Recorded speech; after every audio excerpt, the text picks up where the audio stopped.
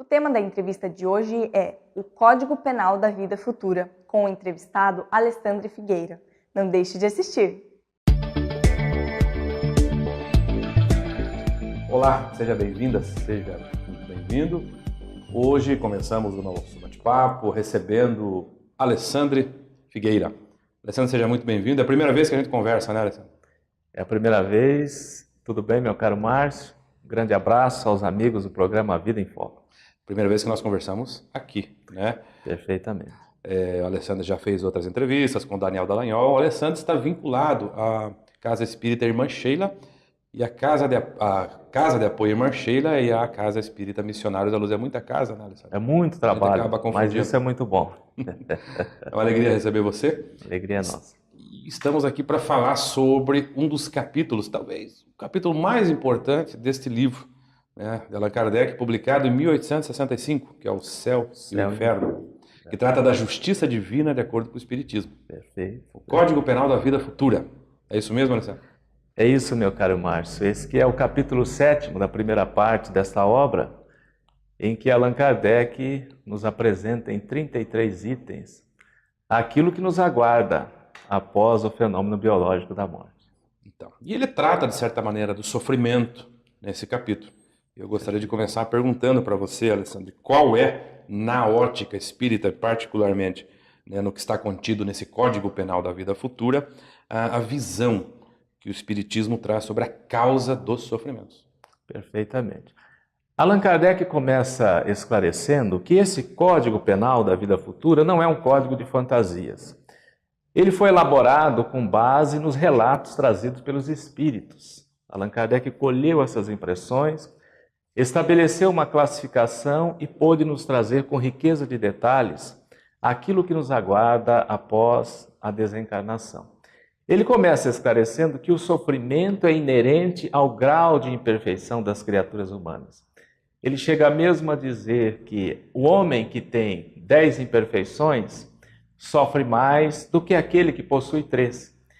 E que do lado oposto, as nossas virtudes estão diretamente relacionadas com os estados de felicidade na vida espiritual.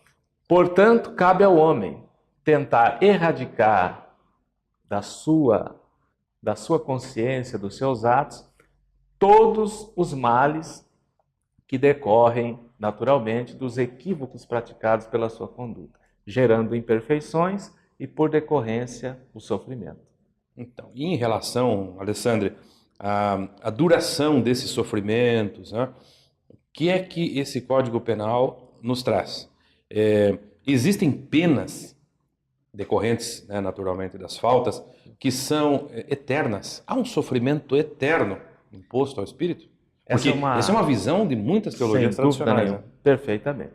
Essa é uma grande contribuição que o Espiritismo nos dá. Aliás, o Espiritismo nos traz uma visão muito profunda e bela acerca da justiça divina. Então, o que Allan Kardec esclarece? Não há penas eternas. Como poderá alguém que teve uma existência breve no corpo pagar perpetuamente pelos seus equívocos? Sendo Deus justo e bom, ele naturalmente vai atrelar o reflexo dessas penas, desses equívocos, à natureza da falta praticada, à intensidade dessa falta. Estando as leis na consciência, naturalmente que o homem sofrerá as consequências do mal praticado, enquanto viger nele as causas que produziram tais consequências. Uma vez erradicada a causa, naturalmente que cessa o débito perante a lei, perante a consciência. E, Alessandro, quais são as condições, então, necessárias para que a gente apague os traços de uma falta ou de um equívoco cometido? Porque isso é uma coisa complicada, né? Cometemos um equívoco, às vezes um equívoco deliberado, que causa um prejuízo aos outros. E quais são as condições para a gente apagar? Dá para deletar? Tem uma fórmula mágica? Como é que isso funciona? No item 16 do Código Penal da Vida Futura, Kardec nos apresenta uma trilogia extraordinária, que se expressa da seguinte forma: arrependimento, expiação e reparação. O arrependimento é o primeiro passo desse processo de reabilitação da Não alma. basta nos arrependermos, então? Mas o arrependimento por si só não basta. Tá ficando difícil isso, hein? No passado, costumava-se dizer, a pessoa, às vezes, tinha uma longa vida marcada por equívocos, e ao final da existência, já muitas vezes no momento de extrema unção, dizia, agora eu me arrependo de todos os males praticados. E acreditava que isso bastava para encontrar, entre aspas, a salvação na vida espiritual. O Espiritismo elucida que esse é um primeiro passo, é o cair em si, o reconhecimento dos erros. Mas ele por si só não basta.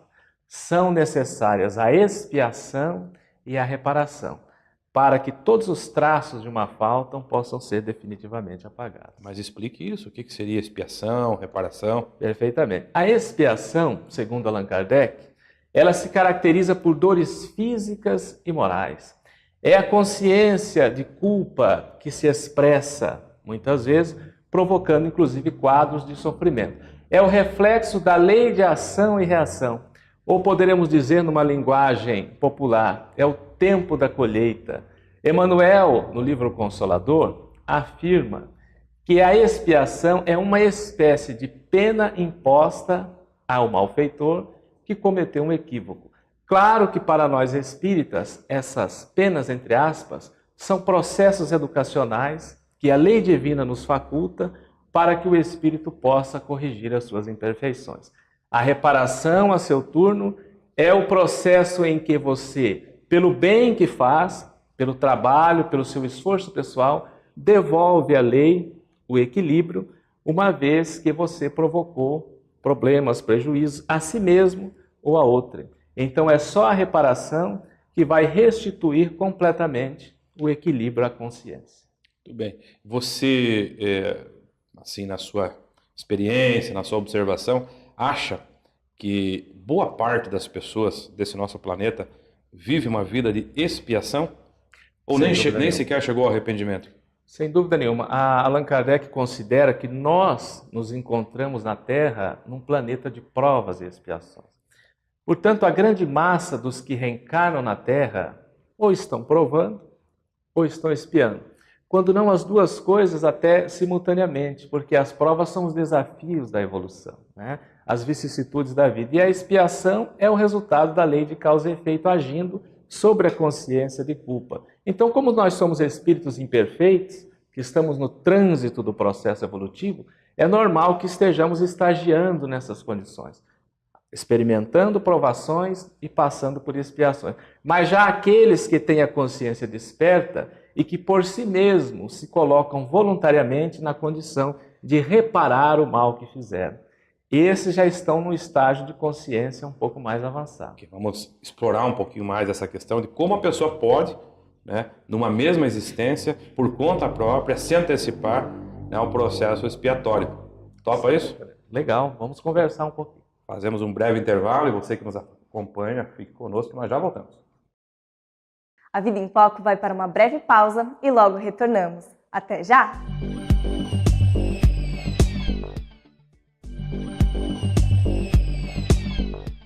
Voltamos com a entrevista e o tema de hoje nos traz reflexões acerca do tema Código Penal da Vida Futura. Acompanhe! Estamos de volta, conversando com Alessandro Figueira, companheiro querido, né? Alessandro, dizíamos na apresentação inicial, está vinculado à Casa de Apoio Irmã Sheila em Colombo, que fica na rua Allan Kardec. Rua Allan Kardec, número 115, no Atuba, em Colombo, uma instituição que presta um trabalho belíssimo, atendendo 60 crianças gratuitamente em regime de contraturno escolar. É uma alegria fazer parte dessa instituição que completou 40 anos agora em janeiro. Todos os dias? Sábado também? Ela atende de segunda a sexta e aos sábados ela é aberta ao público para atividades no âmbito da doutrina espírita, evangelização infanto-juvenil a partir das 14 horas e atividades de estudo da doutrina espírita. Atende ali aquela comunidade. Atende a comunidade mesmo que vai. A comunidade de Colombo, são famílias, né, cujos filhos ficam em condição de regime de contraturno e a casa oferece gratuitamente 3 refeições diárias atendendo essas crianças. E como já está há 40 anos erradicada ali no bairro, ela já tem um histórico, né, de famílias que passaram por ali, gerações, né, cujos filhos hoje já estão sendo atendidos, né? E para nós é uma grande alegria estar há quase 30 anos trabalhando nessa instituição. Voluntariamente. Voluntariamente, na condição de membro da Casa Espírita Missionários da Luz, que é a instituição mantenedora da Casa de Apoio Irmã Sheila. A Casa Espírita Missionários da Luz fica no bairro do Bacaxiri, na rua Nicarágua, 915. Mas nós também fazemos atividades espíritas ali, na Casa de Apoio Irmã Sheila, coordenando grupos de estudos. É uma grande alegria fazer parte dessa casa. Missão, prova ou expiação? Essa tarefa sua exercida lá. Como é que você avalia? Olha, a missão, ela se constrói. Muitas vezes nós acreditamos que o missionário já nasce missionário. Em verdade, não é bem assim. A missão, ela se constrói a partir de um trabalho de serviço, de dedicação. Inicialmente, todos nós podemos dizer, estamos subordinados ao campo das provas.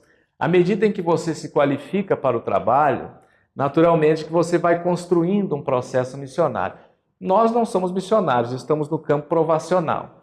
Mas o fato é que o Espiritismo nos ensina a transformar as provações e até mesmo a expiação, nos dando oportunidade não só de reparar o mal que fizemos no passado pelo bem produzido hoje, mas até a desenvolvermos pequenas tarefas. Não vamos nem falar em missões, mas pequenas tarefas que nos qualificam ao desenvolvimento das nossas potencialidades, nos colocando na condição de servidores do Senhor.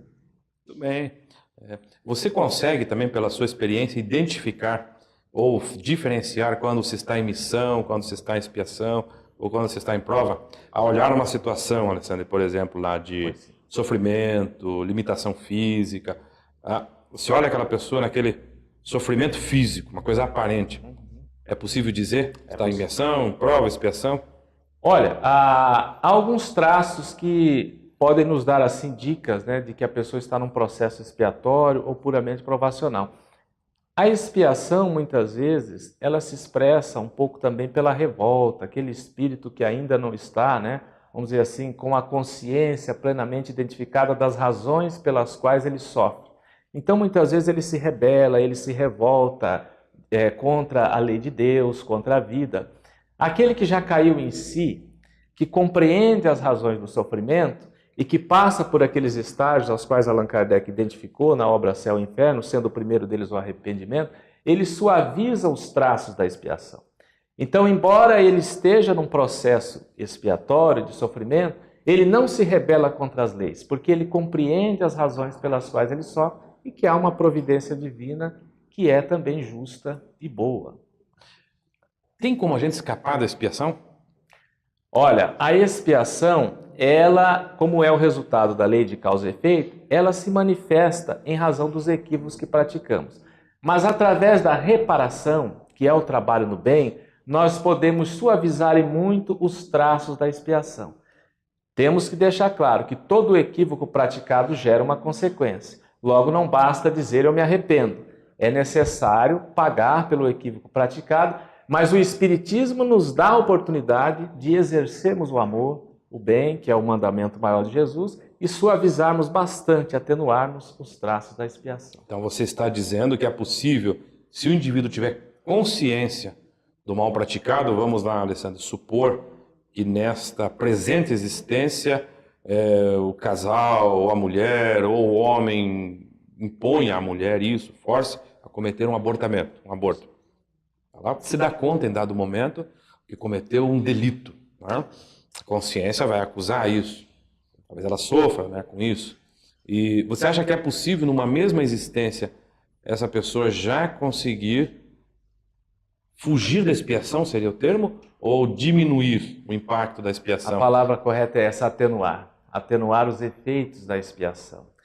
É plenamente possível e é desejável que assim o façamos. Que aproveitemos a oportunidade reencarnatória para cair em si o quanto antes possível dos equívocos praticados e já começarmos a trabalhar no sentido de corrigir essas imperfeições para atenuar os efeitos da expiação. Mas na prática, como é que faria isso? Então, o aborto é um fenômeno, que está, né, presente na nossa sociedade. Cometeu o aborto, se deu conta que é um delito, arrepende-se disso. Como é que na prática ela pode fazer isso? Como é que no dia seguinte ela pode começar a construir um amanhã atenuado, mais suave? Muito boa pergunta. Comece a se dedicar a atender outras vidas, a socorrer aqueles que precisam. Quantos filhos, né, que muitas vezes são hoje colocados, postos até na lata do lixo, né, por não encontrarem corações maternos que são dispostos a socorrê-los, a atendê-los. Então esse trabalho no bem vai restituindo à consciência aquele equilíbrio gerado pelo equívoco, pelo crime que ela praticou contra as leis de Deus. Então ela tem a oportunidade de, através do amor, usando uma expressão de Jesus, o amor cobre a multidão dos pecados, redimir-se do equívoco praticado e atenuar as consequências da expiação. Isso é muito bonito. É uma teoria que está lá no Código Penal da Vida Futura. Ela não estabelece uma pena eterna, inflexível. Perfeito. Você está dizendo que ainda segundo a proposta contida no Novo Testamento, através do amor nós conseguimos mudar esse ciclo vicioso do sofrimento, da causa. É isso mesmo? O amor é o mandamento maior de Jesus. Não foi por acaso que ele veio à Terra e pronunciou a célebre expressão: amai-vos uns aos outros como eu vos amei. Somente assim podereis ser reconhecidos como meus discípulos. Então, a nossa fatalidade existencial é experimentarmos o amor na sua dimensão mais profunda. Bem, Alessandro, muito bom. Gostei das explicações, trazendo, acho que, a essência mesmo, né, do que é o Código Penal da Vida Futura. Nosso tempo, infelizmente, se esgota. Para essa conversa, teríamos mais perguntas e agradecemos a sua presença. A alegria é toda nossa. Um abraço aos nossos queridos telespectadores. E a você que nos acompanhou, permaneça conosco, que o programa ainda tem mais atrativo.